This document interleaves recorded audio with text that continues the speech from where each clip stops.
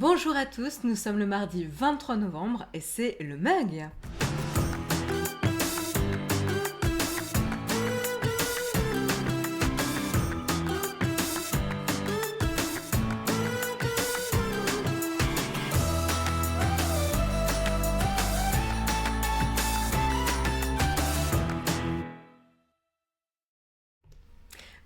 Bonjour à tous, j'espère que vous avez la forme. Merci Samuel de me confirmer que vous me recevez 5 sur 5. Je suis ravie de vous retrouver ce matin pour parler tech, mais pas que.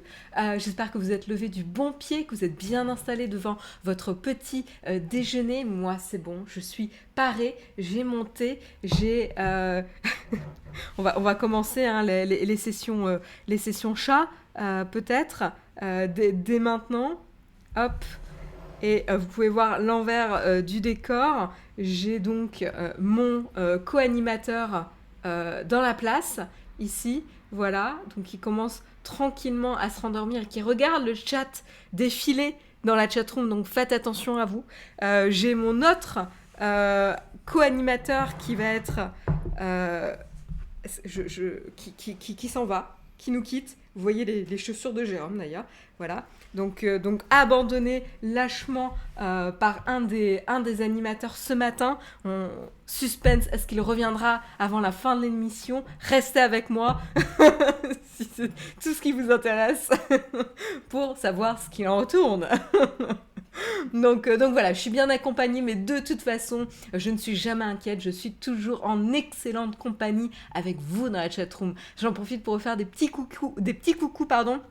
Salut Julia, salut Camille, salut Jika, salut FRJS, salut Surnute, salut Shibayu, salut Grolb, salut Léotsu, salut Bou370, Bou, salut Fissorem, salut Technisavoir, salut Distiri, salut Vodka, salut Sim74 et bienvenue à toi. Tu nous dis pour une fois que je regarde en direct. Eh bien écoute, j'espère que l'expérience te plaira.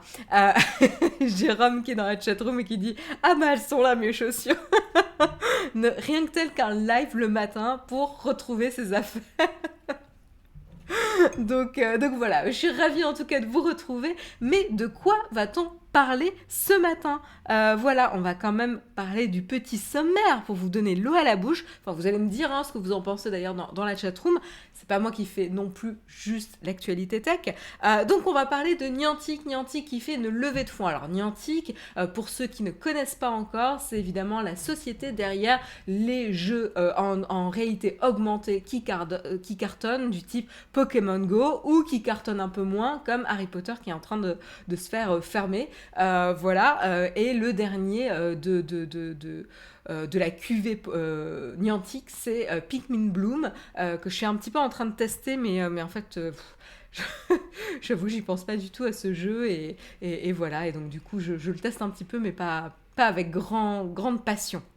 Voilà, donc Niantic a fait une levée de fonds, on va voir pourquoi une levée de fonds et avec qui et de quel montant pour parler sous un petit peu. Et puis après on prendra des nouvelles de Tile, comme vous l'avez vu. Tile est-il perdu?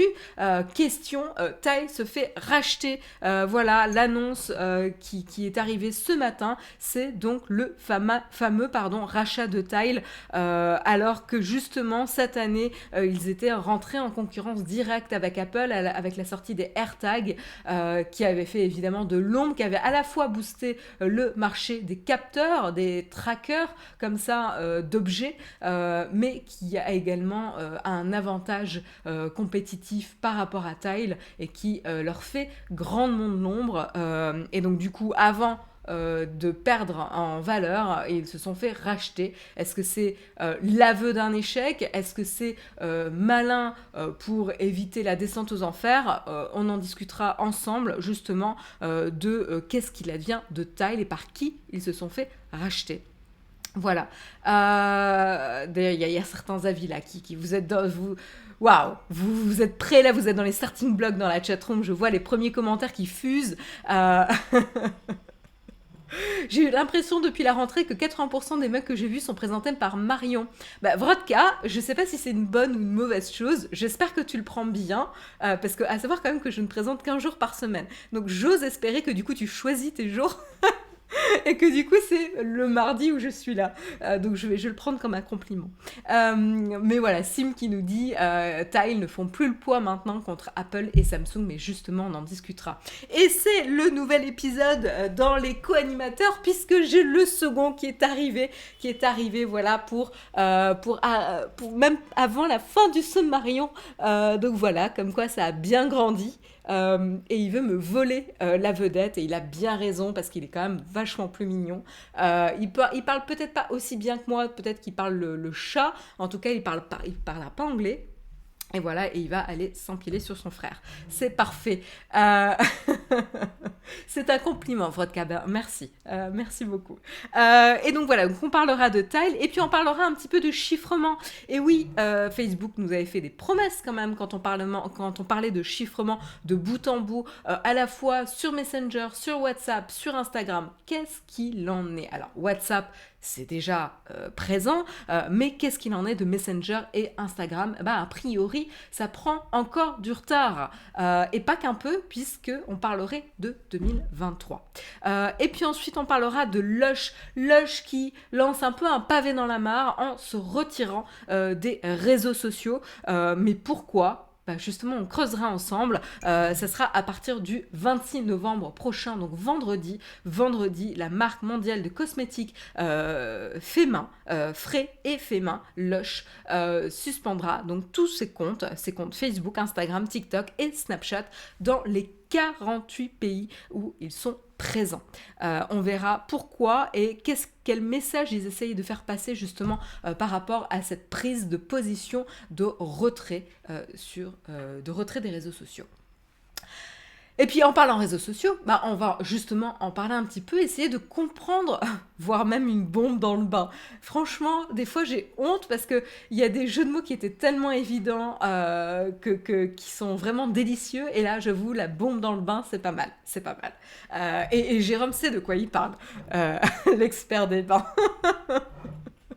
Donc, on continue en parlant des réseaux sociaux et on va toujours essayer de comprendre le phénomène TikTok. Si vous êtes comme moi largué un petit peu devant le phénomène TikTok, on va essayer de comprendre ensemble, notamment quels sont les différents types de vidéos qui cartonnent sur la plateforme et pourquoi. Voilà, donc on a différentes catégories évidemment, on a humour et challenge, on a nos amis les bêtes, on va avoir beauté, sport, gaming, K-culture, problématiques sociétales, etc. Donc on verra ensemble de quoi il retourne. Il y a une petite analyse de VisiBrain qui nous transmet un petit peu ces chiffres. Donc ça serait intéressant d'en discuter ensemble. Et puis si on a le temps, on parlera un tout petit peu de Disney qui essaie de se moderniser, voilà, de faire preuve qu'ils ne sont pas complètement dépassés. Ils ont déjà pu faire leurs preuves avec leur service de streaming Disney+, mais ils ne s'arrêtent pas là. Voilà. Et puis quand même, on terminera le Sommarion avec la tartine du jour, une vraie tartine. Je vous l'avais promis la semaine dernière, et c'est fait. Je me suis binge-watché la saison 2 de The Morning Show. Binge-watché, je viens de terminer le dernier épisode 2 minutes avant le commencement de l'émission. Voilà, j'ai dormi même pas 6 heures pour pouvoir avancer dans les épisodes et préparer mon mug.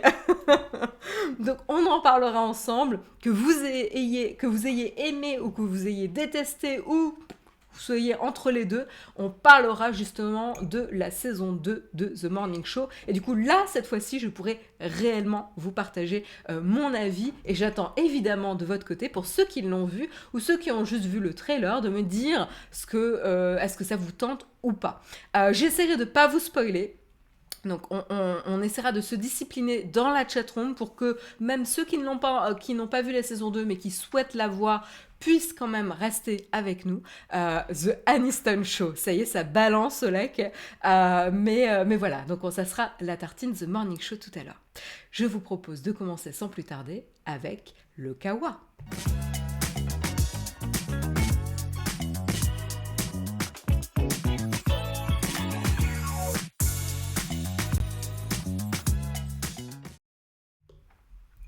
Je fais une petite pause thé. Salut Marion, perso, moi j'ai commencé à regarder Arcane à League of Legends sur Netflix hier. Ouais, Jérôme me tanne depuis au moins une semaine pour commencer à regarder Arcane. Mais bon, je pouvais pas tout regarder, hein. La semaine dernière, pour vous faire le petit bilan, on a eu donc The Morning Show toute la saison, parce que j'avais pas commencé, hein, je vous rappelle. Je crois qu'il y a 10 épisodes, hein, je crois que c'est ça. On a terminé Fondation.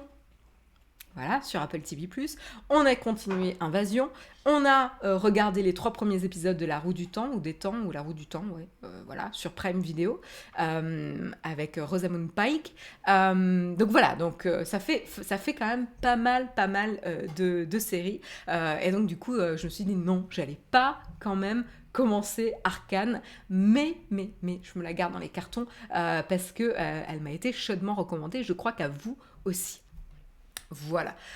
Donc, première actu ce matin quand même, on va parler de Niantic. Comme je vous le disais, Niantic a annoncé une levée de fonds, voilà, propulsée par Coatue, qui a valorisé du coup la société à 9 milliards de dollars. Donc ça, c'est donc une levée de fonds de 300 millions de dollars qui amène la valorisation totale de la société Niantic à 9 milliards de dollars. Donc pour rappel, hein, Niantic, pour ceux qui n'ont pas suivi les tribulations de la société, c'est une start-up basée à San Francisco, hein, qui à l'origine était sortie un petit peu du ventre de Google et qui avait justement utilisé et qui va utiliser du coup cette levée de fonds, comme on en a parlé la semaine dernière d'ailleurs, pour développer un métaverse un métavers ou un métaverse dans le monde réel. En effet, ils essayent de prendre le position et le contre-pied un petit peu de Facebook ici, qu'ils d'ailleurs critiquent. Ils se sont déjà exprimés, hein, notamment Hanke, le CEO de Niantic, s'est exprimé en disant « À Niantic, on pense que les humains seront les plus heureux quand le monde virtuel les mènera vers le monde physique. » Donc on est vraiment là sur cette dimension d'amener le métaverse vraiment dans le monde physique et en fait d'utiliser le métaverse comme une opportunité de se connecter au monde réel. Donc ce qui est intéressant comme démarche et qui est drastiquement différent évidemment du positionnement de Meta et de Facebook de leur côté. Niantic, c'est Pokémon Go, tout à fait le tutorien. Niantic, c'est Pokémon Go, donc alors attendez, hein, c'est Pokémon Go, mais c'est également Harry Potter Wizard Unite, donc le spin-off d'Harry Potter en jeu vidéo et réalité virtuelle qui va fermer, hein, voilà, qui va s'arrêter, parce que de toute façon, leur revenu année après année avait baissé de 57%, ce qui est quand même assez important. Et tout dernièrement, le dernier jeu sorti par Niantic, c'était Pikmin Bloom, que je peux vous montrer. Pour que vous voyez un petit peu à quoi ça ressemble. Voilà, donc là ça charge. Et j'ai l'air d'avoir une très bonne connexion. Je ne conduis pas. Ok. Hop. Qu'est-ce qui se passe? J'ai plein de notifications, il n'aurait pas fallu que j'ouvre l'application. Ok, super. Très bien. Bon, j'ai toutes mes récompenses qui tombent là parce que j'avais pas ouvert l'app depuis un petit bout de temps. Voilà, donc mes petits Pikmin là, hop. Oh, punaise, c'est pas possible. Ah, j'ai des notifications partout. Voilà, vous pouvez voir mes petits Pikmin là qui sont derrière moi, vous les voyez pas très bien, mais les petits trucs rouges là. Ah bah voilà, il y en a un qui me parle, je sais pas pourquoi il me parle. Bref. Donc voilà, donc ça c'est le dernier jeu dont j'étais curieuse et que je testais un petit peu. Donc voilà pour Niantic, et donc vraiment en fait ce qui est intéressant avec Niantic, c'est donc ce contre-pied de trouver des opportunités pour lier le monde virtuel et le monde réel, mais pas que. Et je pense que c'est ça qui a motivé notamment la levée de fonds, c'est évidemment leur arrivée là en mettant à disposition des outils pour développer des jeux vidéo en réalité augmentée. Ça, c'est super malin, puisqu'ils ont dévoilé leur fameux Lightstrip AR Developer Kit, donc le kit développeur qui va permettre de développer des jeux en réalité augmentée et qui donc donne toute une batterie d'outils. C'est disponible publiquement et gratuitement pour tous ceux qui ont des connaissances basiques dans le langage Unity, la structure de jeu Unity. Excusez-moi si j'emploie pas exactement les bons mots, comme je suis pas ingénieur, je suis pas non plus au fait exactement de la technologie. Et donc tout simplement, cette levée de fonds va permettre de déployer un petit peu cette stratégie d'outils de développement de jeux vidéo en réalité virtuelle. Et ça va être utilisé notamment par, comme je vous l'avais dit il y a quelques temps, des sociétés comme Coachella, Historic Royal Palaces, Universal Pictures, SoftBank, Warner Music Group and the PGA of America pour créer justement des expériences de réalité augmentée. Et donc il y a Ingress aussi, qui est un des premiers jeux de Niantic qui a permis d'ailleurs d'enrichir la base de données sur les lieux et qui a ensuite donné naissance à Pokémon Go, qui a été vraiment le grand succès, le grand succès public. Voilà.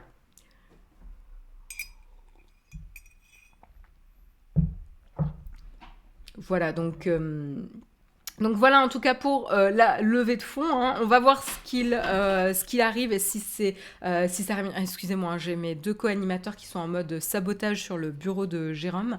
Donc c'est un petit peu compliqué de rester concentré. Donc voilà, pas plus d'informations pour l'instant sur la levée de fonds, en tout cas de Niantic. Mais moi j'ai hâte de voir un petit peu si finalement cette batterie d'outils pour les développeurs pour développer des jeux en réalité virtuelle, en réalité augmentée, prend et comment ils vont vraiment monétiser ça. Est-ce que ça va vraiment va développer un petit peu le potentiel sur les jeux vidéo en réalité augmentée? C'est assez excitant et voir potentiellement s'ils arrivent à être plus créatifs, parce que le problème dernièrement de Niantic, c'est qu'ils se reposaient un petit peu sur leurs acquis, puisque tous les jeux étaient un peu calqués sur les mêmes mécaniques, ce qui est un peu saoulant, disons-le.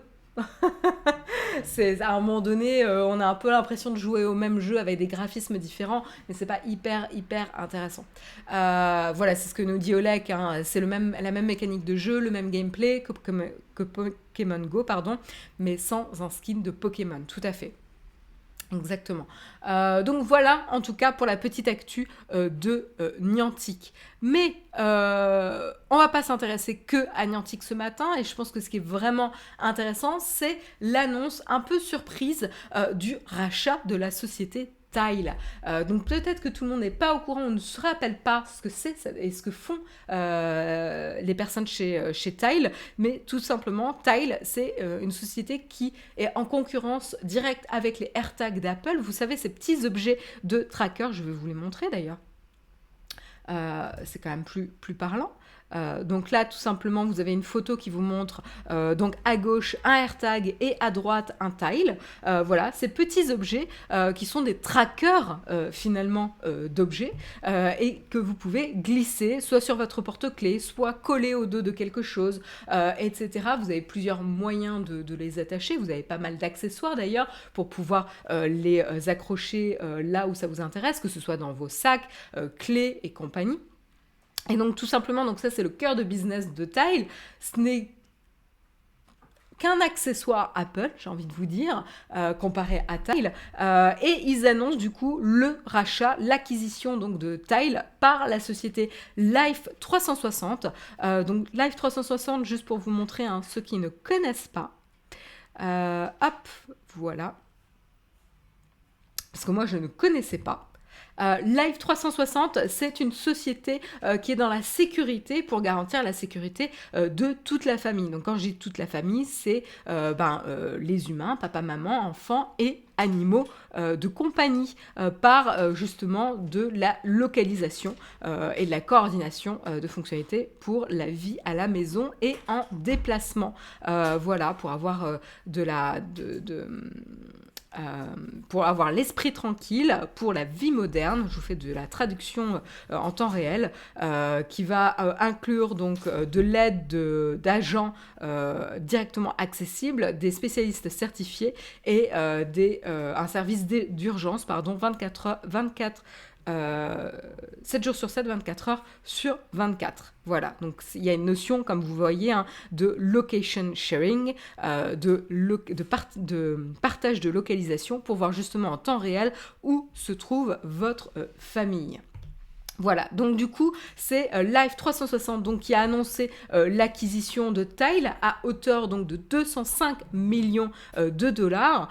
Il nous annonce aussi que Tile va rester sa propre marque et que sa direction et son équipe vont rester en place et vont rester les mêmes. Alors, de leur côté, on a évidemment des déclarations des deux parties. On va avoir le cofondateur et le chef de la direction de Life 360 qui justement nous dit que Life 360 a pour mission de simplifier la sécurité afin que les familles puissent vivre pleinement. Et donc avec l'acquisition de Tile, ils seront désormais en mesure de fournir une solution unique et globale pour trouver les personnes, les animaux et les choses qui comptent le plus pour les familles.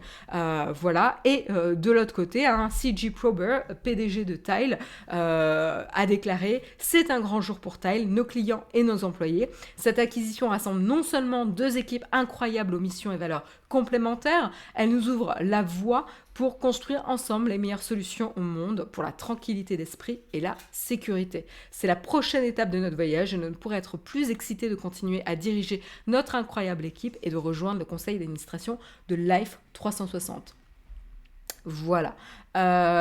Donc voilà en tout cas pour la déclaration. Donc clairement, Tile s'oriente non plus que dans la perte d'objets, mais carrément dans la sécurité et sécurité au sein du foyer et de la famille. Voilà en tout cas pour le rachat. Alors on peut se poser des questions suite au rachat, mais pourquoi alors que justement d'un côté on peut se dire les AirTags ont popularisé finalement ces petits tracker d'objets et donc finalement ça ouvrait à l'adoption grand public pour ce type d'objet. Donc certes, ils avaient une compétition en lieu et place d'Apple, mais potentiellement une plus grande adoption aussi de ce type d'objet.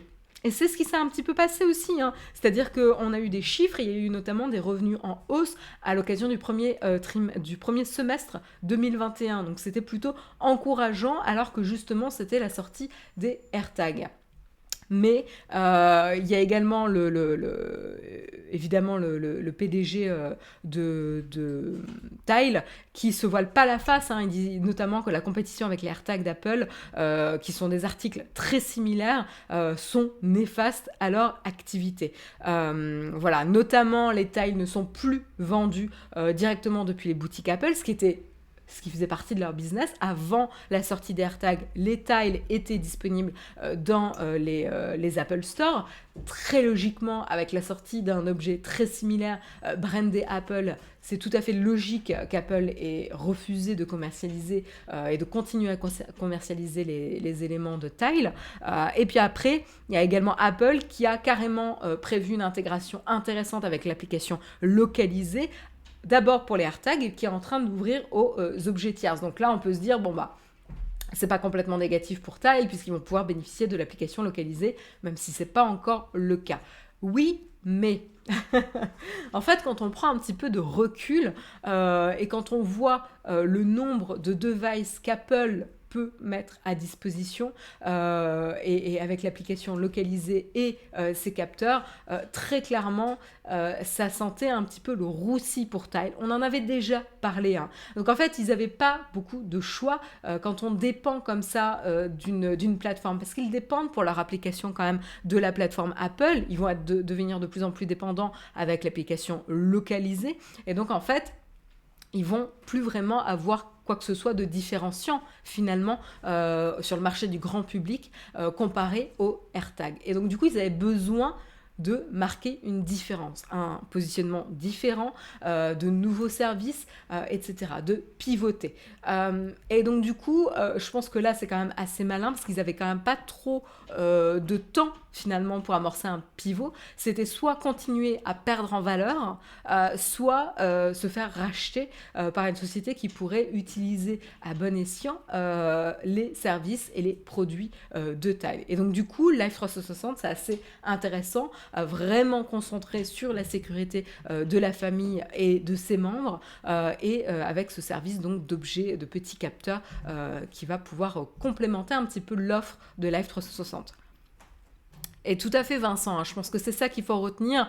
Tile n'avait pas de grande chance de survie en l'état. Et donc, soit ils avaient le choix de se laisser mourir à petit feu et de voir leurs chiffres descendre finalement, parce que c'est quand même compliqué de rentrer en compétition avec Apple, parce que finalement Apple attrape les gens beaucoup plus haut dans leur expérience. C'est-à-dire que si vous achetez un smartphone et que vous voyez que vous avez des capteurs, en fait, vous pouvez faire un bundle, acheter en groupe à la fois le smartphone et le capteur, au lieu de s'époumoner en communication presse sur une autre marque que vous ne connaissez pas, dont vous n'avez pas de produit pour adopter leur service. Donc en effet, ils étaient largement désavantagés. Donc c'était vraiment soit continuer à perdre en valeur et faire baisser les ventes, soit se faire racheter pour au moins avoir soit un pivot intelligent, et là je pense que là c'est un bon compromis avec Live 360, soit pour utiliser la technologie qu'ils ont, etc. à voir. Mais en tout cas, je pense que c'est assez malin à Tile, finalement, d'avoir trouvé cette porte de sortie, entre guillemets.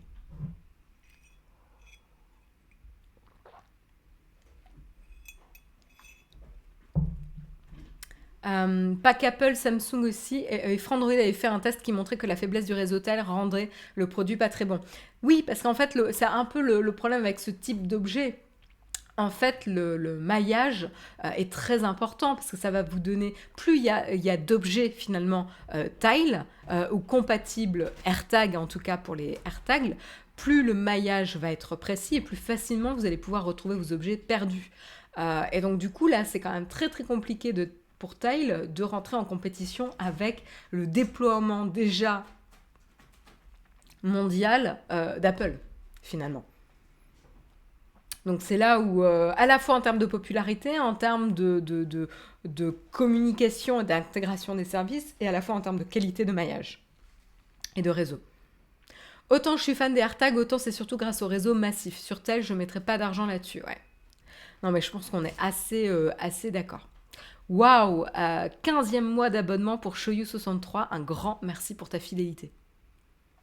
Donc voilà, c'est un vrai changement en tout cas pour Tile. Qu'est-ce qu'il en est en 2021 et suite au rachat? Donc comme je vous disais, ils vont garder leur marque, hein. Aujourd'hui, ils ont plusieurs produits. Ils ont le TileMate qui coûte 24,99 € contre 35 € pour le AirTag. Ils ont également mais qui n'est pas encore compatible avec l'application localisée comme je disais tout à l'heure. Ils ont également le Tile Sticker qui est la version du Tile qui se colle, là où vous avez besoin, hein, boîte à lunettes, trousse, gourde, sac à dos, chapeau, etc. Vous avez le Tile Slim qui se glisse dans votre portefeuille qui a un format un peu carte bancaire, hein, tout simplement. Qui est aux alentours de 30 €. Et puis après, vous avez le Tile Pro, hein, dont le design se rapproche un peu d'une clé de voiture électronique, qui est un peu plus cher, à 34,99 €, mais qui dispose d'une portée un peu plus importante de 120 mètres, ici. Donc voilà pour les produits actuels. Est-ce que tu utilises les AirTags, toi, Marion? J'allais dire non. Mais oui, j'en ai un sur mes clés.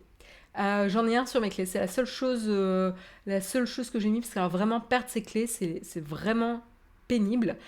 Jérôme en a un peu partout, dans ses sacs, enfin ses différents sacs.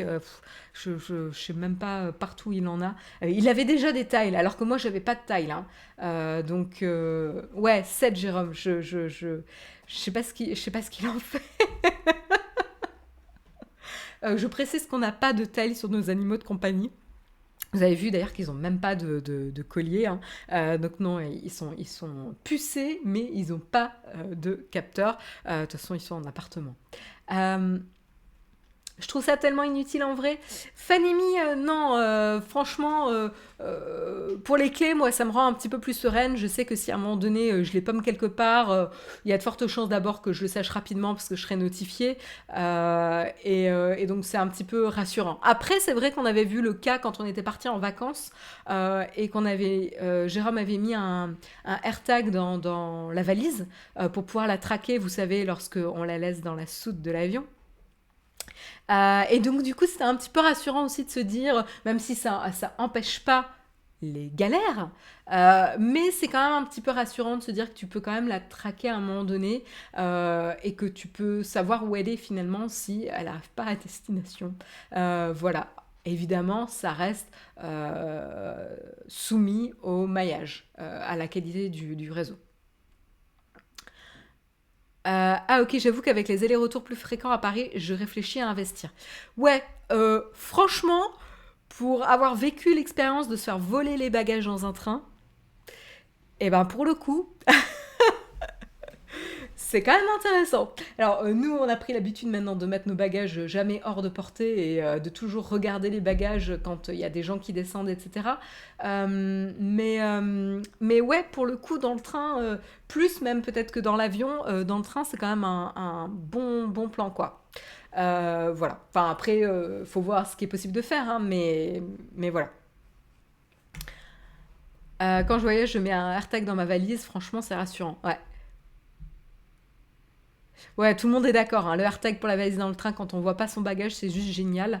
Et aussi dans le porte-monnaie avec l'alerte quand on l'oublie à la maison.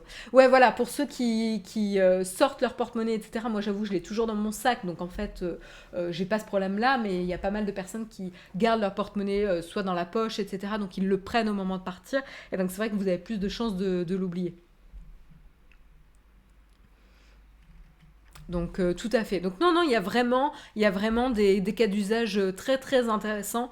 Mais là, c'est juste qu'en termes de compétition, ça devenait quand même pas très très gérable pour Tile, ça c'est certain.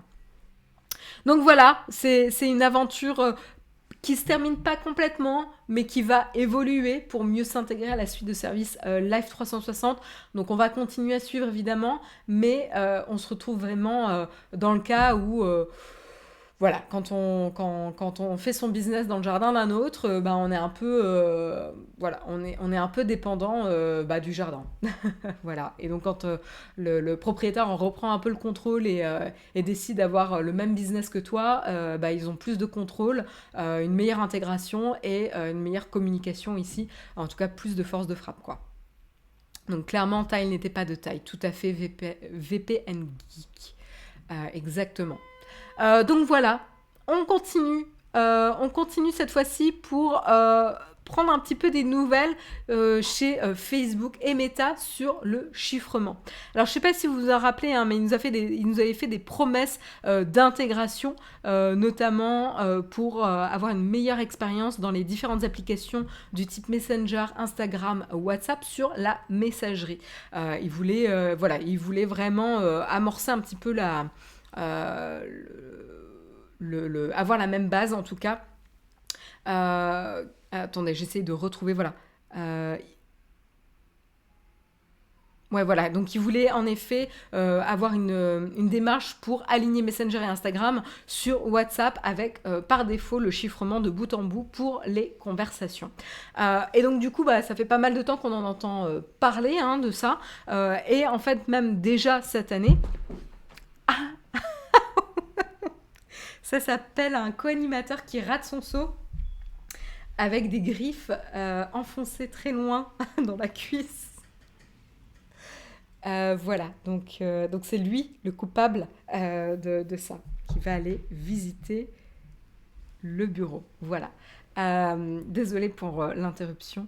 Euh, Donc, qu'est-ce que je voulais dire? Donc, voilà, donc l'idée c'était le chiffrement de bout en bout. Quand est-ce que ça arrive sur Messenger et Instagram? Eh ben, genre, je vais vous répondre, pas tout de suite. En effet, on a eu donc du coup une déclaration hein, de Antigone Davis, la responsable en charge de la sécurité chez Meta. Elle nous dit: nous prenons notre temps pour bien faire les choses et nous ne prévoyons pas de terminer le déploiement mondial du chiffrement de bout en bout par défaut sur tous nos services de messagerie avant 2023. Voilà, donc 2023. Donc voilà, donc ça c'est dit. À l'origine, on avait déjà repoussé le chiffrement de bout en bout sur tous les services à 2022. À l'époque, c'était Gail Kant, l'une des dirigeantes de Messenger, qui indiquait justement dans un billet de blog que les travaux du groupe ne seraient pas achevés avant 2022. Et donc là, du coup, c'est une année supplémentaire dans les dents sur ce projet. En même temps, c'est pas forcément étonnant.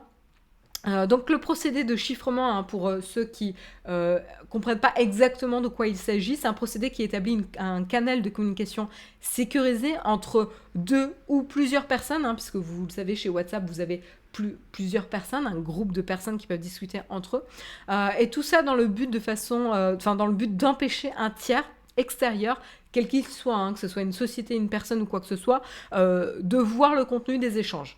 Donc là, on parle du contenu des échanges, c'est-à-dire le contenu des messages que vous envoyez. Donc que ce soit des personnes extérieures, que ce soit l'opérateur, que ce soit le fournisseur qui propose la technologie sur sa plateforme, donc ici par exemple Facebook, ni une quelconque oreille indiscrète, tout ça, ça serait empêché par le chiffrement de bout en bout. Ce qui est intéressant, c'est que ça ne concerne uniquement le contenu du message, ça ne concerne pas les métadonnées.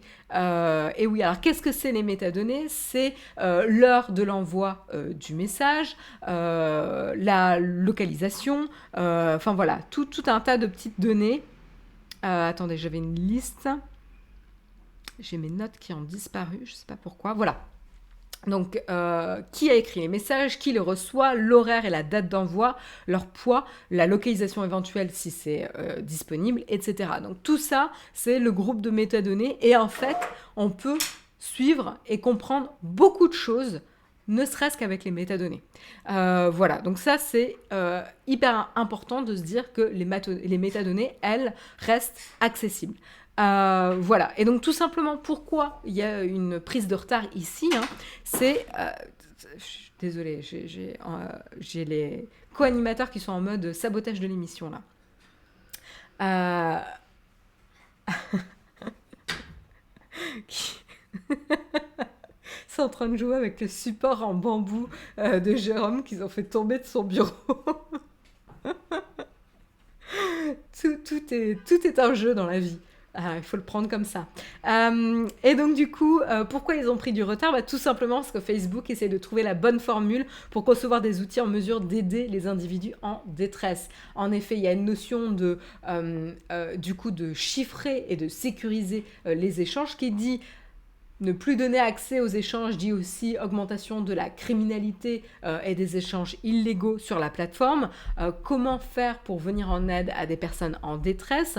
Voilà, et donc mobiliser en cas de besoin les métadonnées qui, elles, ne sont pas chiffrées. C'est tout le sujet, hein, et l'investigation de Facebook actuellement. Surtout que potentiellement, ils ont des structures de développement peut-être différentes entre Instagram, WhatsApp et Messenger. Donc, du coup, ça peut être un petit peu compliqué. Les métadonnées, c'est une part très importante des data pour le ciblage. Tout à fait, Oxilius. Voilà. Voilà en tout cas pour le petit retard. Donc, on vous dira ce qu'il en est, hein, mais a priori, on a encore un peu le temps avant de devoir venir.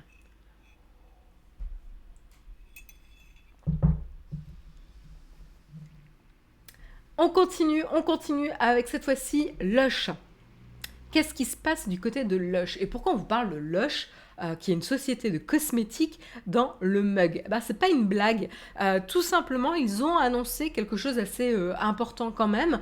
À partir de vendredi, donc le 26 novembre prochain, la marque mondiale donc, de cosmétiques frais et fait main, Lush, suspendra ses comptes Facebook, Instagram, TikTok et Snapchat dans les 48 pays où ils sont présents actuellement.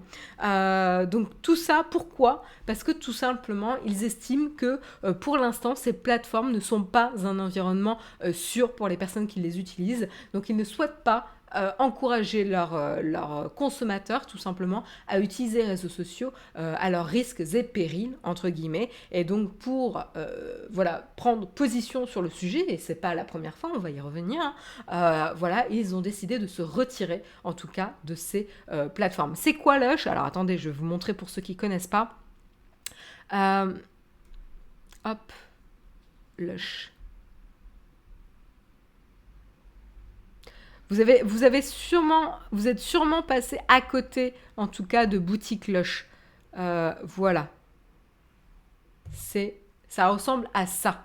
Donc des espèces de boules de bain super colorées, ça sent très très fort généralement quand vous passez à côté, très très bonbon, très explosif en termes de couleur et d'odeur. Voilà, ils ont déjà pris des positions notamment sur réduire la quantité d'emballage de leurs produits pour l'environnement, etc. Donc ils essayent de réduire au maximum les emballages, d'avoir moins d'impact sur l'environnement. Et donc, du coup, ils veulent continuer justement sur leur prise de position dans ce sens-là pour protéger leurs consommateurs. Donc, à la fois dans leur pratique pour tester les produits, l'emballage, l'environnement, mais à la fois également sur l'impact des réseaux sociaux ici et leur présence réseaux sociaux. Donc ça a toujours en effet, Flonflon nous dit, ça a toujours été une marque assez engagée de souvenirs, tout à fait. Donc c'est pas on pourrait se demander si c'est une prise de position opportuniste, mais dans le contexte de la marque Lush, ils ont toujours pris position sur certains sujets cruciaux, et donc du coup c'est assez, voilà, c'est assez logique. Marketing, ouais, Vincent nous dit engagé ou marketing surtout. Voilà, il y a différentes manières de le voir, mais c'est aussi quand même une prise de risque, hein. C'est quand même une grosse prise de risque pour Lush. Donc voilà, ça fait plusieurs années quand même que Lush exprime ses inquiétudes concernant les effets néfastes des réseaux sociaux, hein, à savoir qu'en avril 2019, Lush avait déjà mis en pause ses réseaux sociaux au Royaume-Uni uniquement à l'époque, car elle était fatiguée de se battre contre des algorithmes qui conditionnent un petit peu ce que la communauté de consommateurs Lush peut voir ou pas sur la plateforme. Et donc du coup, il dénonce un petit peu le pouvoir de ces plateformes de décider qu'est-ce que vous allez pouvoir voir et les pratiques de modération. Et par contre, certes, ils s'étaient retirés, mais au fur et à mesure, finalement, ils étaient quand même revenus sur les réseaux sociaux au Royaume-Uni. Ils n'avaient pas réussi à rester finalement loin de la plateforme. Et je vous rappelais que c'était qu'au Royaume-Uni. Donc c'était une initiative encore assez isolée. Là, ce qui est intéressant, c'est que c'est vraiment une initiative à l'échelle internationale. C'est-à-dire que ce sera vraiment dans les 48 pays où ils sont présents actuellement. Donc en effet, là, il y a vraiment une citation de Jacques Constantine, directeur digital de Lush, qui nous dit « En tant que créateur de bombes de bain, ma priorité est de proposer des produits qui aident à se déconnecter, se relaxer et prendre soin de son bien-être. Certains réseaux sociaux sont devenus l'antithèse de cet objectif. On l'a vu notamment, il y a eu certaines recherches, certaines attaques, etc. Et ils disent avec leurs algorithmes conçus pour inciter les gens à scroller éternellement sans prendre un seul moment pour se déconnecter et se détendre. Donc là, vraiment, c'est un parti pris où Lush souhaite, entre guillemets, défendre et protéger sa clientèle contre les dangers des réseaux sociaux, tout simplement. Voilà.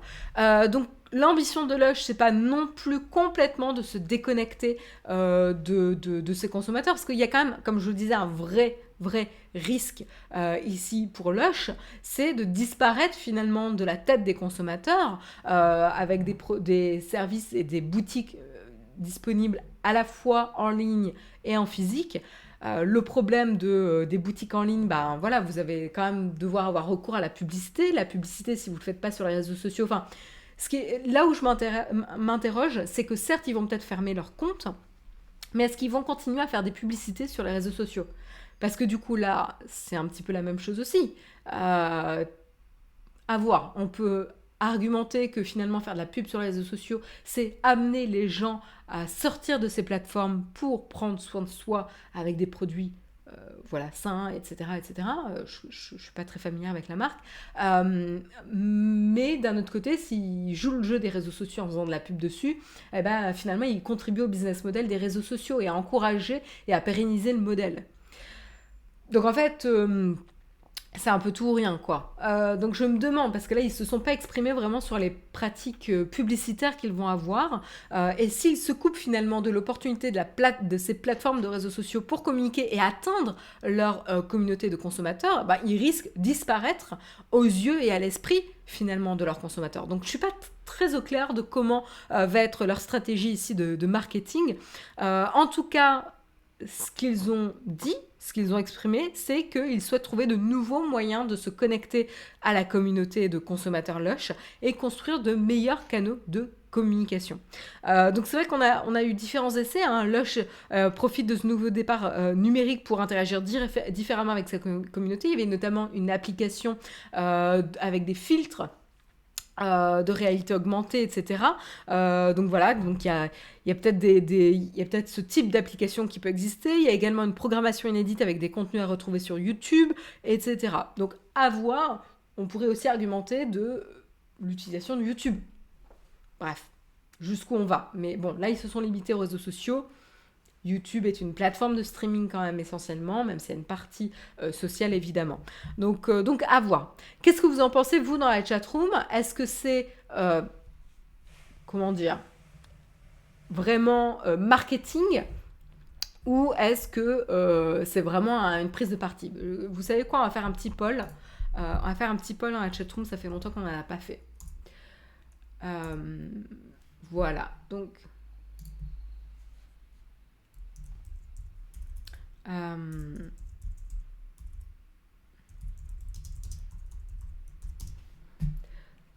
hop, coût marketing. Véritable prise de position. Merde. On va mettre vraie prise de position. Ou, je ne sais pas. Hop, on va mettre 2 minutes, 1, parce qu'on va pas non plus, 1. Stratégie de Lush. Allez, dites-moi dans la chatroom ce que vous en pensez. Stratégie de Lush, point d'interrogation, coût marketing, vraie prise de position ou je ne sais pas.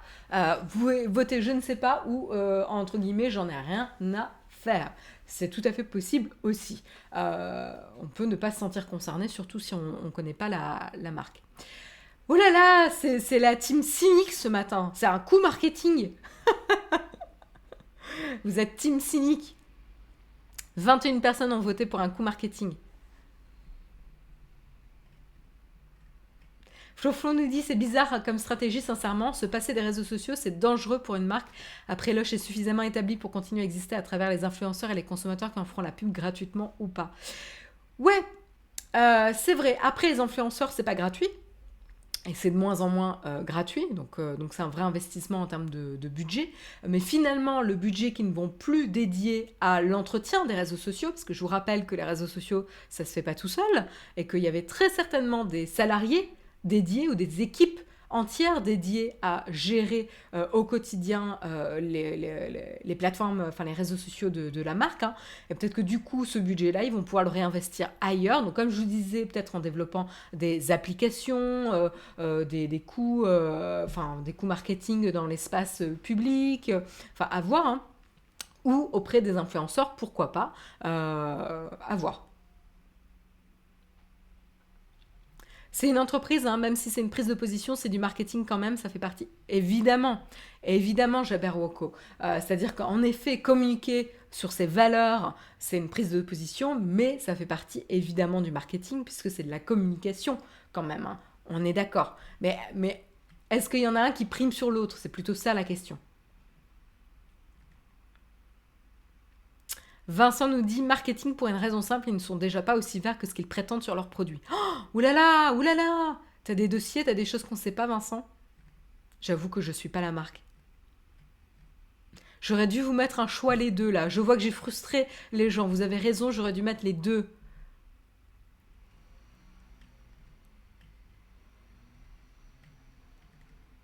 Ok. Donc là, on termine avec un coût marketing à 44%, mais pas si loin que ça. Je ne sais pas. 33% et en dernier, vraie prise de position. Mais j'ai l'impression que dans la chatroom, il y en a pas mal qui voudraient voter finalement les deux et je pense que vous avez raison. Ça dépend de son positionnement qualitatif. Le premium n'a pas besoin de pub pour vivre et le luxe encore moins. Elle-t-il dit, je suis pas tout à fait d'accord. Hein. Quand tu regardes un petit peu le domaine du luxe, il y a des campagnes de communication. Hein. On restaure des monuments sous couvert de soutenir la culture et en mettant une grande bâche avec la marque hein, dessus. Encore une fois, ça ne veut pas dire que c'est pas bien comme pratique, mais ça reste de la communication. Voilà. Donc à voir. Moi, je trouve ça un petit peu bizarre comme prise de position. Surtout que c'est une marque quand même qui se veut un peu jeune, etc., avec des couleurs un peu flashy. Euh, donc ça m'interpelle. Ça m'interpelle. Donc à voir dans le futur. Je suis pas capable de dire si ça vient du bon endroit. Quoi. Mais à voir. On vous tiendra au courant si on a plus d'infos ou s'il change finalement de stratégie. On continue tranquillement avec TikTok. Voilà, on voulait parler un petit peu réseaux sociaux. Qu'est-ce qui se passe du côté de TikTok? On essaye de comprendre un petit peu ce que c'est ce réseau social. Qu'est-ce qui a du succès finalement sur la plateforme? Même moi, je m'interroge. Hein. Alors, je suis quelques créateurs sur la plateforme. Mais je ne comprends pas, par exemple, l'algorithme de pour moi ou pour toi, ou voilà, l'espèce de truc qui est censé choisir pour nous les meilleurs euh, contenus TikTok, parce qu'en fait, à chaque fois, je trouve que ça tape à côté, alors que j'ai quand même suivi des personnes explicitement. Donc, du coup, moi, mon premier réflexe, c'est quand j'ouvre TikTok, c'est de changer d'onglet pour avoir au moins des trucs intéressants. Donc c'est très très bizarre. Mais bon, je suis pas du tout dans la cible un TikTok. Mais bon, à savoir, hein, il ne faut pas ignorer TikTok avec plus d'1 milliard d'utilisateurs actifs. TikTok a quand même su se faire une place de choix dans la planète des réseaux sociaux hein. Et notamment un succès qui peut être dû à la diversité des contenus disponibles sur la plateforme. Mais ce qui est intéressant de se poser comme question, c'est quels sont vraiment les différents types de contenus présents sur la plateforme. Et donc là, voilà. Donc là, on a un exemple. On a donc 7 contenus phares sur la plateforme. Le premier, a priori, qui est donc humour et challenge. On en parle souvent d'ailleurs hein, de ces challenges débiles qui mettent en danger la vie d'autrui. Donc évidemment, attention, il y a des challenges débiles à ne pas reproduire, mais il y a d'autres choses qui vont être des challenges de créativité, qui vont être hyper intéressants. Il y a beaucoup d'inventivité sur la plateforme et ça, c'est vraiment quelque chose de très très positif. En deuxième, on a Nos amis les bêtes. Parce qu'il n'y a rien qui vend mieux que des chats. Et donc, moi, je peux vous le prouver directement ici avec mon duo irrésistible de co-animateurs. Voilà, qui est en pleine activité intense ici ce matin. On a également beauté en troisième position avec 119 millions d'interactions. On a le sport en quatrième position, le gaming, et on va y revenir, à 76 millions d'interactions. La K-culture à 60 millions d'interactions. Et en dernier, ex aequo, on va dire quand même, parce qu'à 2 millions près, on est quand même ex aequo, les problématiques sociétales. Donc voilà un petit peu pour le paysage de contenu disponible sur la plateforme.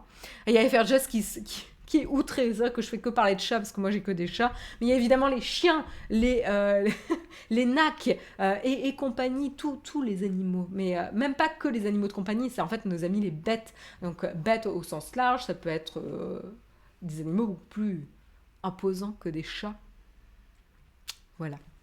Donc voilà en tout cas pour les 7 grandes catégories. Donc ces 7 grandes catégories, elles ont été identifiées suite à une analyse de VisiBrain, hein, une plateforme de veille de réseaux sociaux qui a analysé donc les contenus sur TikTok avec le hashtag #ForYou, qui est un hashtag un peu incontournable sur l'application avec 2,2 milliards d'interactions cumulées en 30 jours. Et donc là, c'est un petit peu les tendances sur ce hashtag sur les 30 derniers jours. Qu'est-ce qui ressort un petit peu en termes de nombre d'interactions sur les contenus les plus populaires. Donc voilà, donc pas vraiment de grandes surprises ici, mais c'est quand même assez intéressant. Et comme je vous le disais, c'est aussi une plateforme avec un ADN de contenu court et qui va devoir encourager les créateurs et les auteurs sur la plateforme à redoubler d'inventivité et de créativité pour pouvoir communiquer un petit peu leur message sur un format aussi court. Et donc notamment on le voit aussi avec les tendances qui arrivent, notamment la tendance jeux vidéo sur la plateforme qui se fait de plus en plus forte. Tout simplement, la culture du jeu vidéo est une des tendances les plus en progression dernièrement sur TikTok, notamment on a du coup le gaming, le hashtag gaming qui cumule 182,4 milliards de vues sur la plateforme.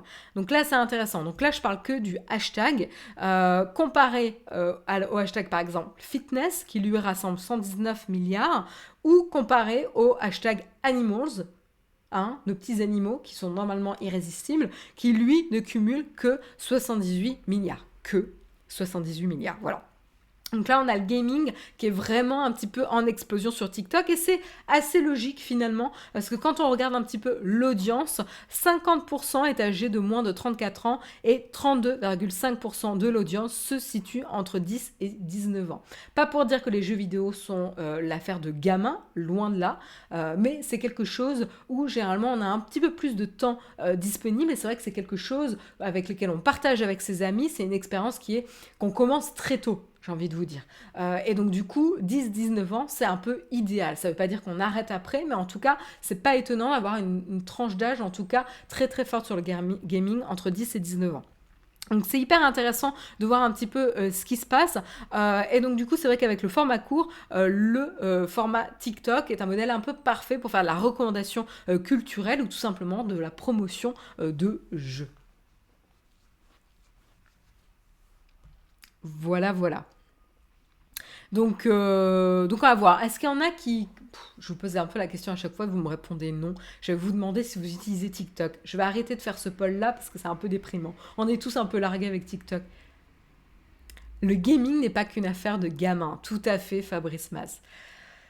Et quand je dis ça, j'ai tellement envie de jouer là à... Ah, comment il s'appelle ce jeu-là?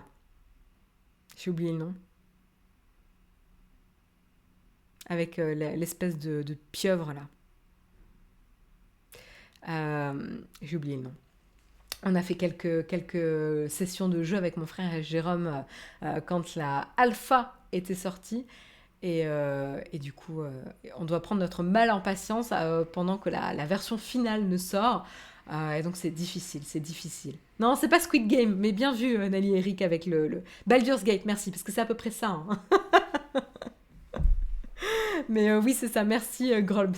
C'était Baldur's Gate. Vous pouvez pas savoir combien je suis impatiente de pouvoir jouer à ce jeu vidéo. C'est tellement dur de se dire qu'on n'a pas de jeu vidéo à la période froide, automne-hiver, qui est le meilleur moment pour se cloîtrer chez soi, bien au chaud et se faire des sessions de jeu et se marrer en tuant des petits chatons dans un jeu vidéo. Je dis ça parce que c'était un petit peu ce qui m'arrivait dans Baldur's Gate sans faire exprès.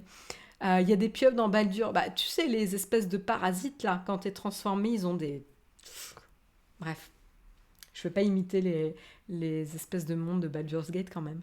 Vous allez faire une animation après. Ouais, le truc de Cthulhu, ouais, tout à fait. Donc voilà pour TikTok.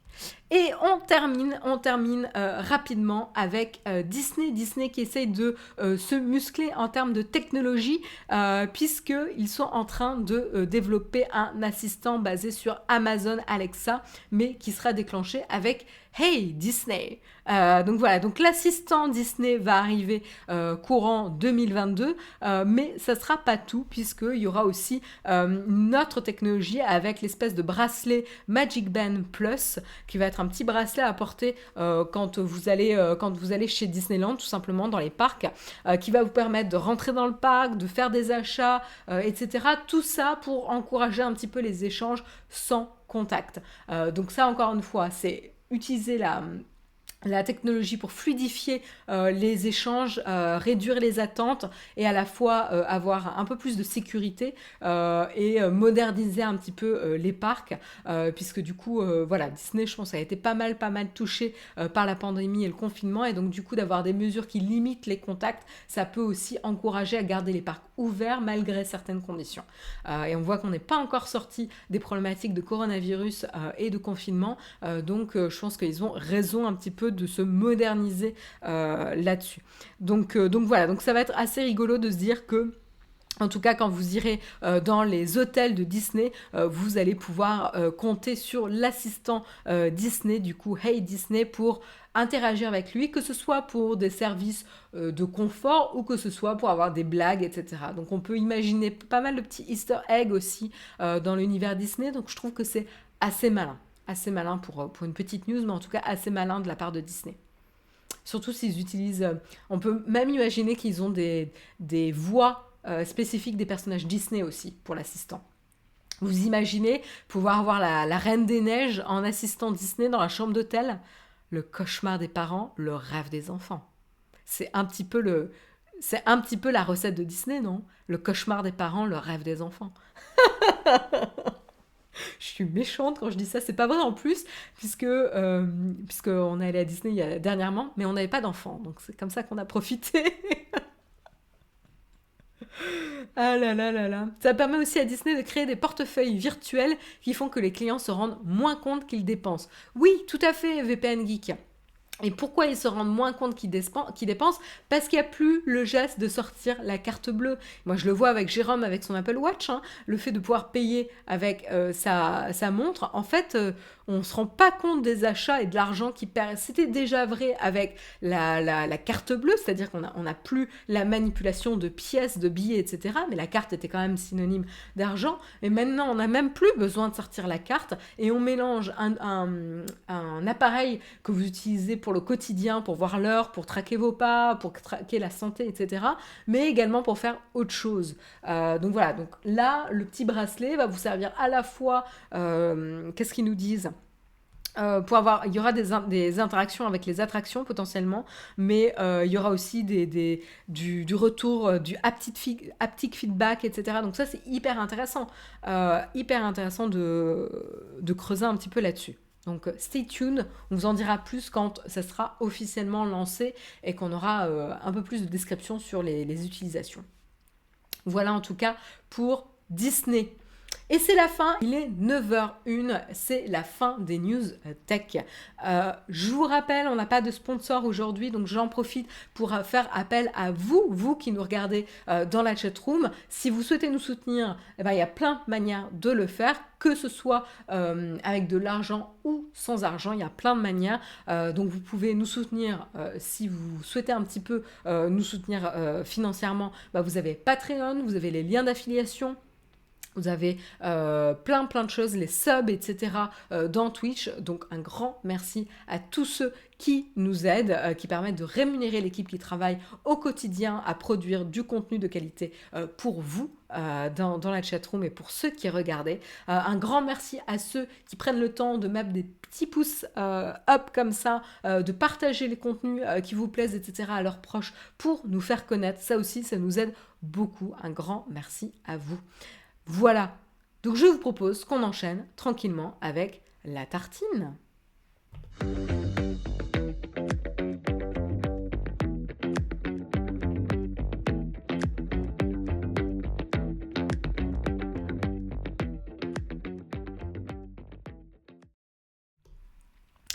Et voilà, c'est la fin de l'émission. Donc, on va tranquillement terminer avec la petite tartine The Morning Show. Donc, en effet, on va pas parler d'Arcane aujourd'hui, Nelly Eric. C'était hier. Donc, je t'encourage à aller voir le replay tout simplement de l'émission si c'est un sujet qui t'intéresse. Moi, je vais pas en parler parce que tout simplement, je l'ai pas regardé.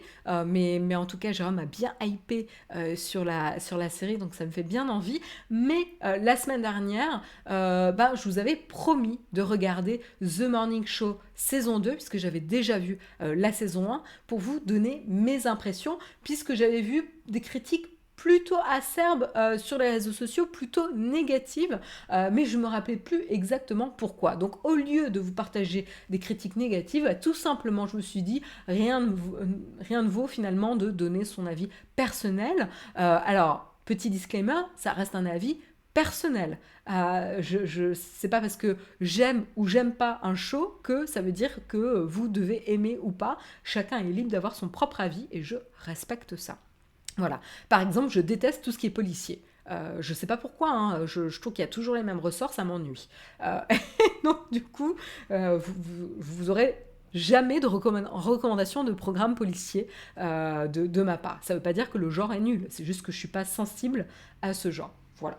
Donc pour revenir un petit peu à nos moutons avec The Morning Show, donc deuxième saison, donc un petit peu pour vous rappeler, je vais vous montrer un petit peu quand même de quoi il s'agit pour ceux qui ne connaissent pas le programme. Donc The Morning Show, hein, c'est donc un programme Apple TV+, donc qui a débarqué il y a maintenant 2 ans, hein, maintenant pour la première saison. On avait donc la première saison, la saison 1, qui était centrée autour donc où on suivait le quotidien finalement d'une matinale, un peu comme le Mug, hein, mais une matinale sur l'actualité en général, pas sur l'actualité tech, et c'était à la télévision, c'était pas en streaming. Donc on suivait tout simplement le show sur la chaîne UBA, The Morning Show, qui était donc orchestré par 2 présentateurs. On avait d'un côté Jennifer Aniston qui joue Alex Levy, et on avait de l'autre côté Steve Carell qui jouait Mitch Kessler, un duo iconique de la télévision, en tout cas dans la série. Et on va avoir Mitch Kessler qui va être éclaboussé d'accusations de harcèlement sexuel, donc le présentateur phare de la série, que vous pouvez voir là derrière Jennifer Aniston et Reese Witherspoon, qui va être éclaboussé d'accusations d'agression sexuelle et qui, donc ces accusations vont émaner de plusieurs personnes de l'équipe de The Morning Show, du show qu'ils animent tous les matins depuis près de 20 ans sur UBA, la fameuse chaîne du programme. Donc vraiment, la saison 1 est vraiment centrée là-dessus, c'est-à-dire qu'on a une montée en puissance. Donc en effet, j'ai dit qu'il n'y aurait pas de spoiler sur la saison 2, mais il y en a sur la saison 1 si vous ne l'avez pas encore vu. Mais bon, vous le voyez très très vite. Hein. Mais en tout cas, il y a une montée en puissance, en tout cas, sur vraiment cet enjeu finalement de non-dit, d'omerta dans le monde de l'audiovisuel, cette critique acerbe des médias.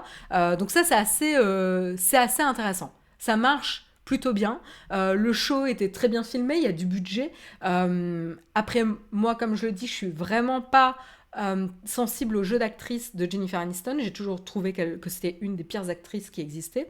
Alors, en tout cas, elle joue, enfin moi de mon avis, je trouve que elle ne joue vraiment pas bien. Toujours dans la surenchère avec 3 expressions disponibles. Et donc voilà, je suis vraiment pas sensible à son jeu d'actrice. Mais j'ai trouvé que Reese Witherspoon de l'autre côté avait voilà, une nuance de jeu assez intéressante. Elle avait un personnage intéressant aussi. Il y a l'autre acteur que j'aime beaucoup qui est... Je vais vous dire ça. J'ai le nom du personnage. C'est Corey Ellison, qui est joué par Billy Crudup, qu'on n'avait pas vu depuis beaucoup de temps, et qui jouait vraiment plutôt bien. Il avait un rôle assez intéressant dans la série, et qui était assez efficace. Voilà, donc on avait quand même des acteurs, et Steve Carell, évidemment, qui, qu'on aime ou n'aime pas, là en tout cas, il a vraiment des moments où c'est un très bon acteur. Et là, il jouait plutôt bien, justement, un rôle très difficile, hein, d'ailleurs, mais il jouait vraiment, vraiment bien dans cette série. Donc, qu'est-ce qui se passe dans cette saison 2? Donc, je vais essayer de ne pas vous faire de spoilers, mais si vous avez peur que je fasse des spoilers, vous pouvez quitter et arrêter l'émission, et on se retrouve demain. Vous retrouverez demain Jérôme avec le prochain mug. Voilà, je vous ai laissé le temps de déconnecter. Mais voilà, donc la première saison avait vraiment eu cette montée en crescendo qui avait permis un petit peu d'aborder ces thématiques très très importantes avec un final assez fort quand même, il faut le dire. Mais ce qui était intéressant, c'est qu'il s'était concentré sur une thématique. Voilà, le MeToo, mais vraiment dans l'univers des médias. Et donc ça, c'était vraiment plutôt bien fait. Et donc là, c'est vrai qu'il redémarrait vraiment avec une saison 2. On attendait un petit peu qu'est-ce qu'ils vont proposer après ce final de saison 1. Et donc, du coup, on va retrouver un petit peu les personnages centraux. Jennifer Aniston, donc Alex Levy. On va retrouver Reese Witherspoon.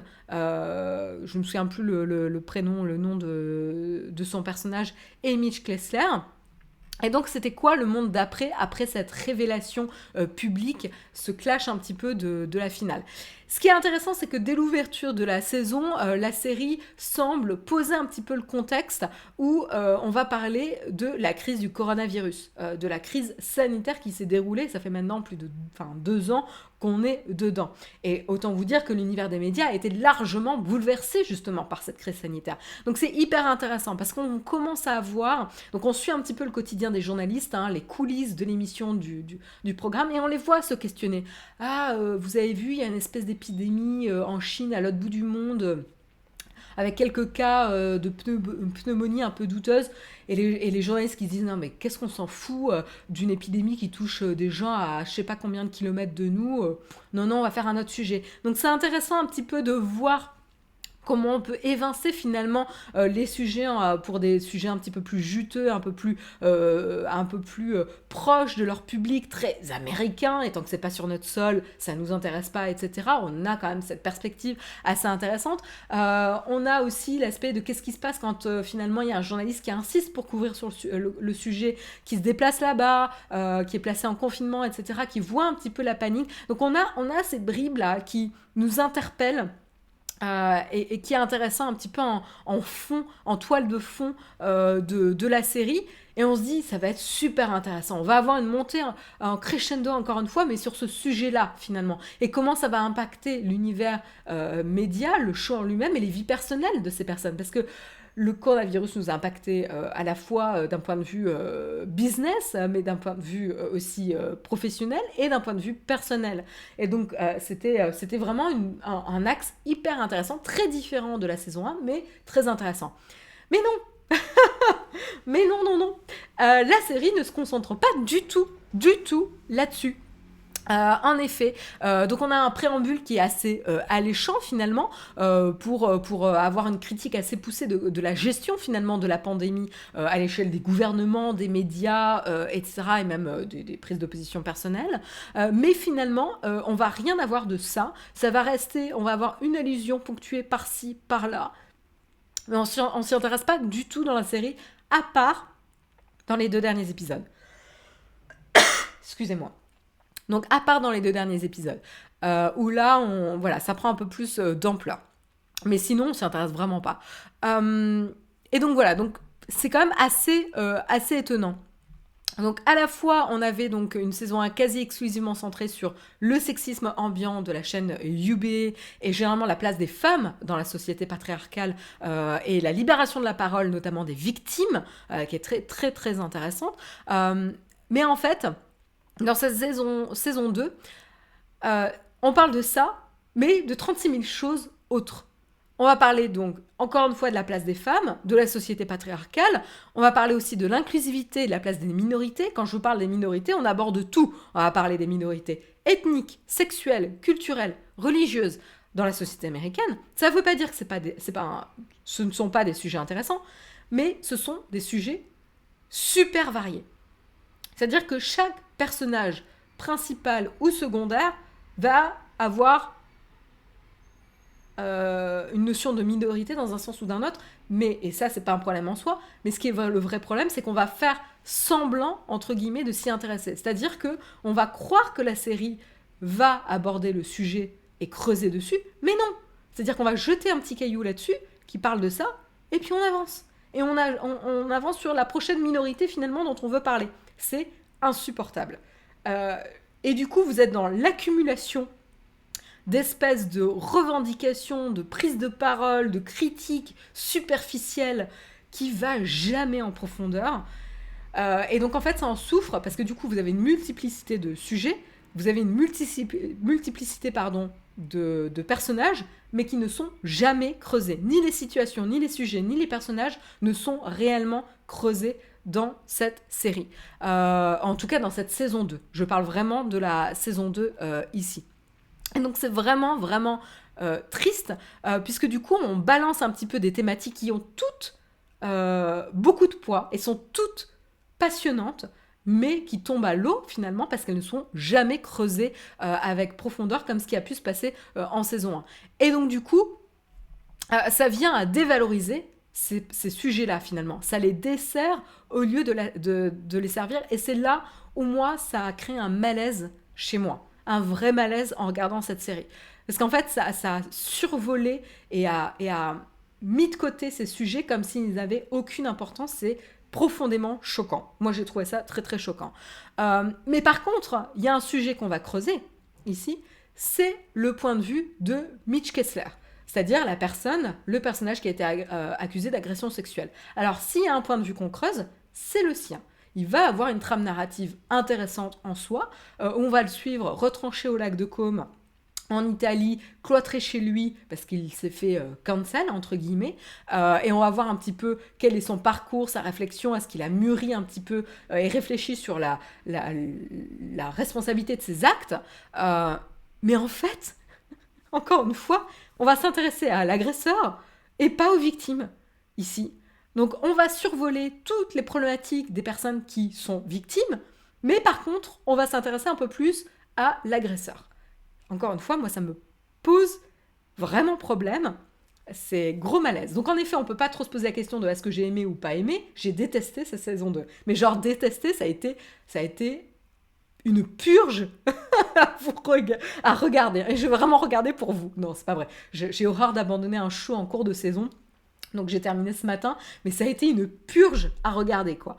Une purge parce que j'avais un sentiment de malaise à chaque épisode, sur combien c'était superficiel, comment ça mettait de côté les enjeux cruciaux de toutes ces minorités qui sont ignorées et mises en silence pour valoriser du coup la parole de l'agresseur. Tout en n'abordant jamais vraiment le coronavirus et l'impact, qui était une opportunité assez incroyable et un sujet hyper intéressant, mais peut-être qu'il sera abordé en saison 3 si c'est renouvelé, parce que la manière dont la saison se termine, c'est tout à fait possible que ça soit le sujet crucial de la saison 3, et ça serait malin ici de revenir sur le droit chemin. Et donc du coup, on a vraiment cette ambiguïté ici très très gênante, finalement, qui éteint toute la parole des victimes et du MeToo pour donner la parole à l'agresseur, et donc c'est vraiment vraiment très très gênant. L'autre aspect qui moi m'a vraiment fatiguée, c'est que du coup c'est un gâteau à la crème, quoi. C'est-à-dire je comprends pas comment ils sont passés de la saison 1 à la saison 2 aussi facilement en ignorant toute la force de la saison 1. Je suis tout à fait d'accord avec FRJ. Je comprends pas pourquoi ils n'ont pas repris la recette finalement de se concentrer sur un enjeu de société crucial et de se concentrer là-dessus. Tu vois. Et là, je suis quand même un petit peu triste, quoi, parce qu'il y avait vraiment du potentiel et ils sont complètement passés à côté. Là, on est vraiment dans...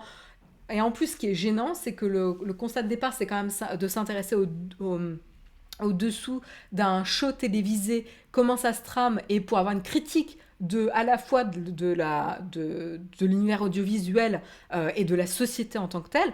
Et là, tout ce qu'on a, c'est des histoires de cul entre personnages. Excusez-moi de l'expression, mais j'en ai rien à faire de savoir qui a couché avec qui dans la série, quoi. Et en fait, vous avez ça. À chaque épisode, il y a machin. Alors, est-ce que t'es amoureux de moi, pas amoureux de moi, mais mon Dieu, mais du coup, t'es amoureuse d'elle, mais je pensais que t'étais amoureuse de moi, gna gna gna. Et donc, du coup, C'est insupportable. C'est insupportable. Et donc là où il n'y avait pas de tension sexuelle, je sais pas pourquoi ils vous mettent de la tension sexuelle. Voilà. Parce que du coup ça fait vendre peut-être. Donc par contre vous ennuyez pas. Clairement, à chaque épisode, il y a des cliffhangers, des rebondissements, etc. Ça fait très soap. Parce qu'en fait, il n'y a rien de consistant dedans. Et c'est bon, c'est efficace, c'est-à-dire qu'on s'ennuie pas, mais du coup, c'est que ça reste complètement superficiel. Et au lieu d'aborder des sujets de fond, on est sur qui a couché avec qui, ou qui a fait des œillades à machin, etc. C'est vraiment. Ça n'a strictement aucun intérêt. Je suis pas cliente. En tout cas, c'était pas ce pourquoi j'étais cliente quand je suis venue voir The Morning Show. Je pense aussi que c'est ça. Parce que je peux être cliente de ce genre de show. Hein. Je vais être transparente. J'ai regardé The Vampire Diaries. C'est franchement pas la meilleure série du monde. Mais je sais à quoi m'attendre quand je regarde cette série. C'est pas ce qu'on m'a vendu avec The Morning Show. Et donc, du coup, c'est là où je trouve ça un peu triste. C'est qu'elle a raté complètement ce qu'elle avait réussi à faire en saison 1. Même si c'était pas parfait, c'était quand même hyper intéressant ce qu'elle avait fait. Et donc, du coup, voilà. L'autre point qui m'a fatiguée, c'est le jeu. Euh, Autant vous dire qu'en saison 1, j'arrivais à passer Jennifer Aniston parce qu'en fait, les autres acteurs avaient des jeux super intéressants. Autant vous dire qu'en saison 2, il n'y en a pas un pour attraper l'autre. C'est-à-dire que... alors, il y a des très bons acteurs, hein. Je veux dire, ils ne sont pas devenus mauvais du jour au lendemain, mais je pense que juste le rôle qu'ils avaient à jouer n'avait aucun intérêt. Genre Billy Crudup, que je vous disais que j'aime beaucoup, a un rôle mais inintéressant en saison 2. C'est espèce d'amoureux langui, c'est aucun intérêt quoi. Strictement aucun intérêt. Euh, voilà, il y a plein de nouveaux personnages. Il y a Juliana Margulies là qu'on a vu dans Urgence ou The Good Wife qui est là. Alors en plus de lui mettre tout un excusez-moi de l'expression, mais un paquet de poudre compacte sur la gueule où en fait on voit que la poudre et son maquillage au lieu de voir l'actrice. Je sais pas ce qui s'est passé ici au niveau maquillage, mais la pauvre quoi. Mais en plus son personnage n'a aucun intérêt. Ou très peu. Et elle est assez paternaliste, entre guillemets, enfin assez condescendante finalement avec l'autre personnage Reese Witherspoon, donc leur histoire n'est pas du tout crédible. Enfin, je voilà, y a rien qui rattrape. Alors si, ça reste très bien produit, même si on voit que ça a un peu souffert de la pandémie. Pour rappel, quand même, en termes de contexte, ils ont dû réécrire toute la saison au moment de la pandémie, etc. Ça n'a pas été tourné vraiment en extérieur, il y a très peu de scènes d'extérieur, etc. Mais voilà, enfin, c'est quand même très très bien produit, il y a des grands acteurs dedans, mais c'est au secours. Voilà, donc je suis désolée, j'ai essayé de ne pas vous spoiler trop, mais puis alors, les derniers épisodes, on part dans le pathos, euh, que ce soit avec un gros événement qui arrive dans les derniers épisodes, ou que ce soit lié au coronavirus, c'est mais vraiment avec une Jennifer Aniston qui s'adresse à la caméra, mais alors déjà elle est mauvaise, mais alors en plus lui accorder un monologue sur le sujet qui tombe dans le pathos, c'est vraiment très, très mal à digérer. Enfin, voilà, ça passe pas très très bien. Euh, je vais regarder un petit peu vos commentaires. Euh, Il y a des séries qui vont, à un moment donné, se reconcentrer sur un personnage un peu trop en profondeur. Alors, attendez. The Morning Show serait-il devenu le Jennifer Aniston Show? Ben, je sais pas, mais en tout cas, autant dire que c'est pas flatteur. Hein. Parce que alors, tout ce qu'elle a joué, elle est dans la surenchère. Son personnage est pas du tout sympathique. Il est détestable. En fait, le problème, c'est que tous les personnages principaux sont maintenant détestables. Le personnage de Reese Witherspoon qui était un peu candide, sympathique, droit dans ses bottes, etc. Elle est complètement effacée dans cette série. Elle a rien à jouer. Elle est repassée blonde. Alors, je sais pas si parce qu'elle avait plus l'équipe de maquillage qui pouvait lui faire ses teintures ou qu'elle avait pas la perruque à disposition, quoi que ce soit, mais elle est repassée blonde. Voilà. Enfin, j'ai rien contre les blondes, mais bon, son personnage était brune, hein, donc voilà. Et elle accepte de se teindre en blonde, ce qui n'était pas du tout aligné avec son personnage. Enfin, dans les premiers épisodes, elle fait toutes les concessions que son personnage aurait refusé de faire dans la saison 1, donc c'est déjà, ça tient pas debout. Jennifer Aniston n'a rien, bon, joue mal, a beaucoup à jouer, mais voilà. Et finalement, le personnage là, de Mitch Kessler, bah encore une fois, c'est celui qui est le plus intéressant, mais c'est gênant que finalement, celui pour lequel on a le plus de sympathie, ce soit l'agresseur. Et c'est vraiment le ton malaisant, c'est balayer les enjeux des minorités comme si ça n'avait pas d'importance et que ça méritait pas d'être creusé. Et donner un petit peu de lumière à l'agresseur par rapport à toutes les victimes qui restent un petit peu anonymes, c'est-à-dire que c'est les personnages les moins creusés. Le personnage que j'ai beaucoup aimé, qui je trouve sauve un petit peu la série, c'est Mia, la productrice. Et encore une fois, opportunité manquée, son personnage était très émouvant, avec une vraie histoire ici, qu'on a un petit peu dans les derniers épisodes, mais qui n'est pas très très creusée encore une fois. Enfin voilà, tout est survolé, tout ce qui aurait été juste a été survolé, quoi.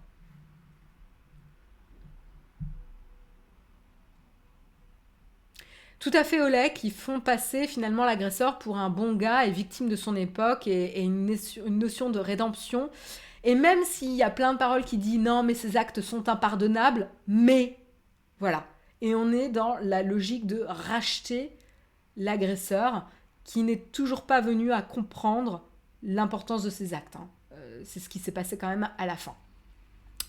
Il admet ne pas comprendre ce qui s'est passé, ne pas comprendre la gravité de ses actes et l'impact surtout sur les personnes qu'il a pu avoir, quoi. Euh, donc après, on peut être triste du fait qu'il est cancel et compagnie, etc. Et, euh, et comprendre la détresse émotionnelle dans laquelle il est porté, mais encore une fois, c'est problématique de ne mettre en lumière que l'agresseur ici. Et toutes les victimes sont insupportables, pratiquement. Et ça, ne serait-ce que ça, c'est juste pas possible. Et donc j'ai vraiment, pour vous dire, je me suis sentie mal, j'en ai fait des cauchemars tellement j'ai trouvé que cette série était honteuse, cette saison 2 était honteuse dans ses propos et la manière dont elle les amenait.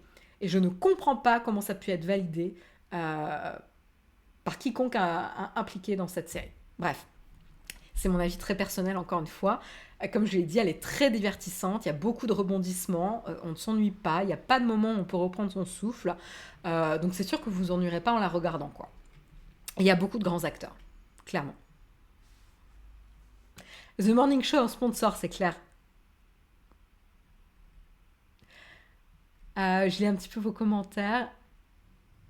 Dans le dernier épisode, il y a un gros problème de lumière et d'étalonnage des couleurs. Je t'avoue, FRJS, que j'ai regardé l'épisode, le dernier épisode, sur mon smartphone en préparant le mug ce matin, donc, et je l'ai regardé d'un œil. Parce que j'ai saturé et que je voulais quand même voir le dernier épisode. Mais du coup, j'avoue, j'ai pas du tout fait gaffe à la qualité d'image ici. Pas du tout. Mais je te crois, hein, vraiment. Ah, j'ai pas dit que j'allais faire la promo de la série, hein, Lucitorien. On m'a demandé de parler de la saison 2 et de dire ce que j'en pensais. Parce qu'en effet, j'avais vu des critiques négatives qui me donnaient absolument pas envie de voir la série. Et donc, du coup, j'ai fait, bon, au lieu de vous parler de oui dire, bah, je vais vous partager mon vrai avis.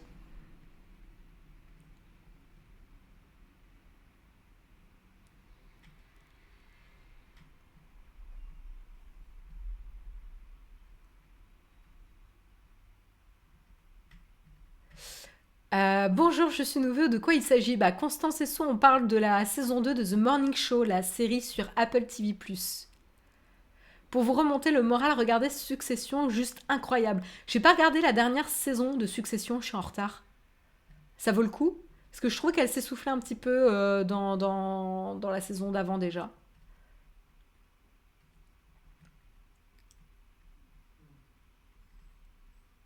Vu le rapport salé, ça donne pas envie. Bah voilà, bah, du coup, ceux qui sont quand même interpellés, bah, vous pouvez y aller, à vos risques et périls, mais au moins vous serez prévenus.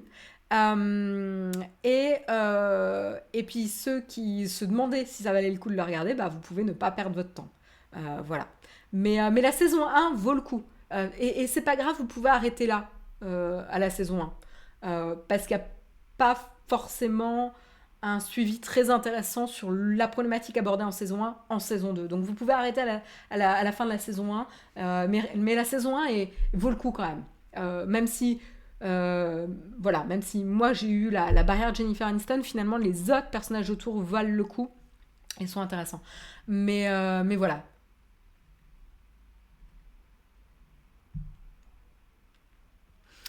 Ouais, tu supportes pas Jennifer Aniston. Encore une fois, la saison 1 vaut le coup. Même moi, tu vois, qui est le même avis que toi, j'étais contente de la regarder. Conseil série pour toi, Marion, Dopsic sur Disney+. Bah attends, je vais me la mettre... euh, hop, je vais la mettre directement. Hum. Hop, Dopsic, tu me dis. Ah, j'aime bien cette actrice. Détail, c'est qui? Ah, il y a Michael Keaton, Peter Sarsgaard. Ah, il y a des grands acteurs. Cool.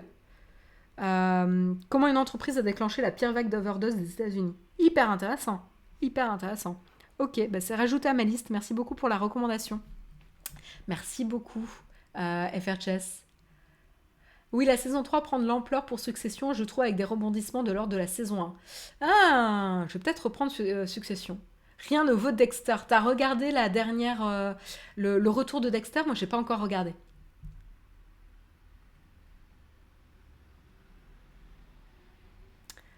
Perso, je conseille My Name, série sud-coréenne très très prenante. C'est sur quelle plateforme? Où je peux la trouver?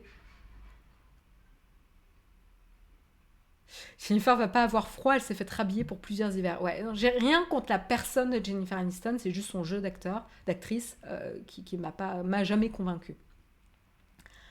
Netflix My Name. Bah attends. Et après j'arrête, parce qu'il est 9h29 là. Hop, My Name. Je l'ai trouvé. Dévastée par le meurtre de son père, une femme mise sa vengeance sur un puissant caïd de la pègre qui la charge d'infiltrer la police. Je suis pas hypée par le pitch. Ça parle de police. Il va y avoir Ouais. Je suis pas hyper... Ouais, à voir. Je suis pas hyper hypée. Je suis désolée, je vais pas la mettre en priorité. C'est très personnel. C'est pas une série policière, mais il y a des policiers dedans. J'ai rien contre les policiers, mais je sais pas, le pitch me... Les sujets de vengeance et compagnie, c'est... Bof. On en a vu plein déjà. Je suis pas... C'est pas un sujet qui me passionne. Mais merci pour la recommandation. Écoute, je vais au moins regarder la bande-annonce. Je vais me l'ajouter à la liste. Je vais regarder la bande-annonce quand même. Sur ce, il est 9h30. C'était top de passer ce temps avec vous. J'espère que l'émission vous a plu. J'espère que vous n'êtes pas traumatisés par mon avis de The Morning Show. J'espère que j'ai pas fait trop de spoilers. J'ai quand même évité les plus gros spoilers. Et puis, je vous souhaite une excellente journée. Je vous retrouve sans faute la semaine prochaine, mardi. Et puis, vous retrouvez sinon Jérôme demain matin à 8h. Très bonne journée à tous. On va voir si on fait un petit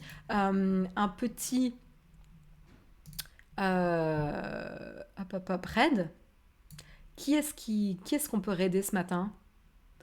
On va voir qui est disponible. Lancer un raid. Qu'est-ce qu'on a? On va avoir Pépipin, Flonflon. Allez, on va profiter un peu de musique pour décompresser un petit peu et se changer la tête. On va aller côté musique. Voilà. Très bonne journée à tous. Je vous retrouve la semaine prochaine. Prenez soin de vous. Bonne journée.